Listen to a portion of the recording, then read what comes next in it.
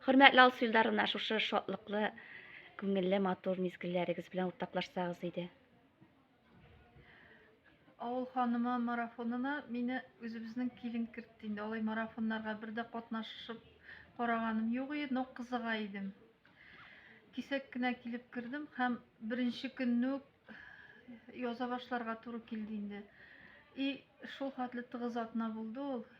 Ул вакытта бәйрәм дә уздырдык, мәктәптә дә эш күп булды, яңалыклар да булды, спектакль куеп, аннан урын алып та кайттык.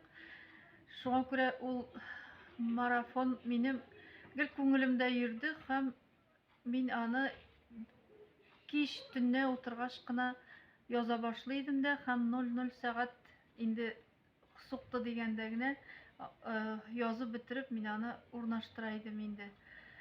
Аңа Ходай булыша торгандыр инде, ул үзеңнән генә була торган эш түгелдер дип уйлыйм. Һәм бик кызыклы марафон булды. Библиотека хезмәткәрләре шул хәтле хатын-кыз өчен кызыклы темалар уйлап тапканнар. Мин шунысына бигрәк тә шаккаттым. Аңа язырга да шундый җиңел булды. Аңлатырга да җиңел булды. Һәм мин аларны инде шигырьләтә яздым, чөнки миңа хикәя